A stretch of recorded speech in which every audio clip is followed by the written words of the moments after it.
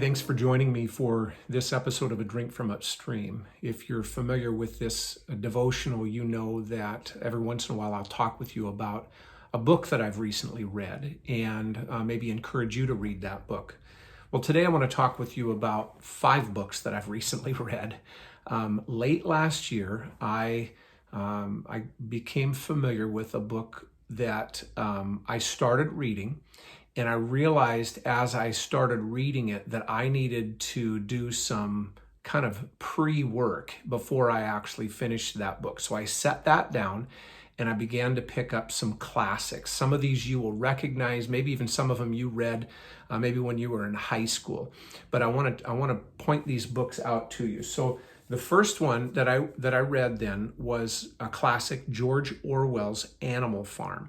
And of course, this is a story about some animals that took over a farm because they didn't like the farmer. And of course, things, if you're familiar with the story, things begin to descend. Things don't go well on the farm because the animals are, they're animals.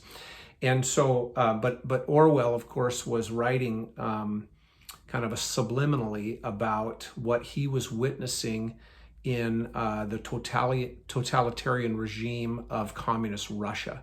And so it's a book that is very, I would say, timely for our day. It's not something, though it's a story and though there's some humorous parts to it, for sure.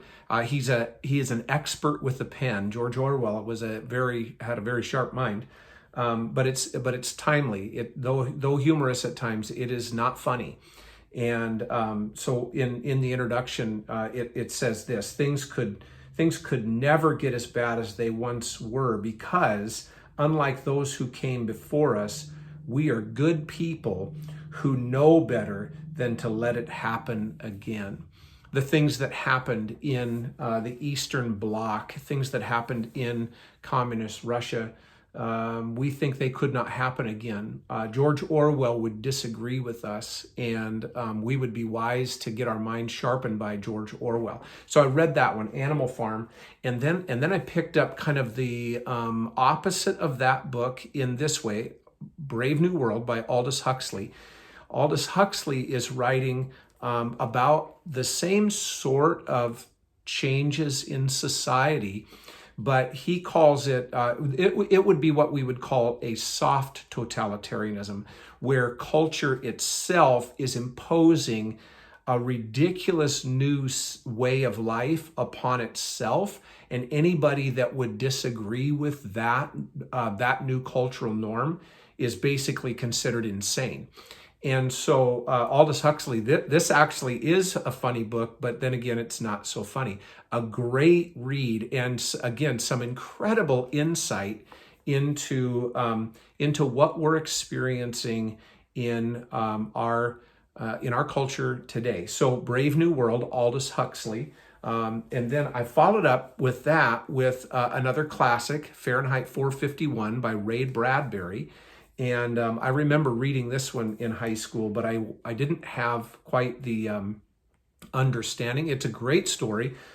Ray Bradbury is an incredible author. All of these authors are just like ridiculously good authors. But if you're familiar with the story here, Fahrenheit 451, society had so changed.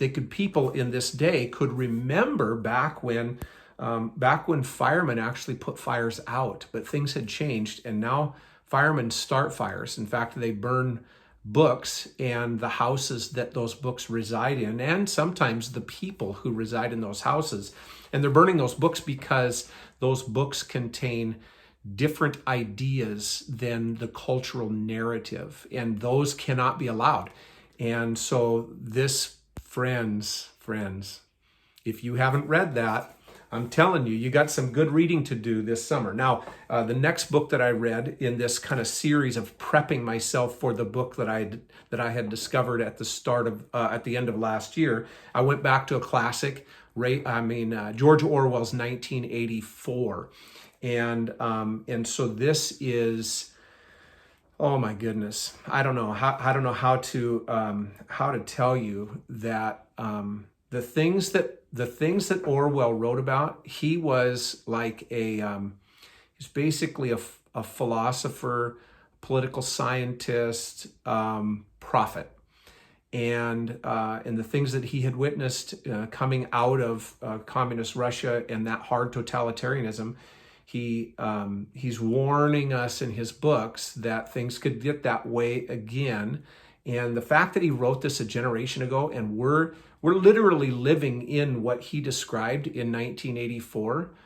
This whole thing recently, if you're paying attention to the news, there was this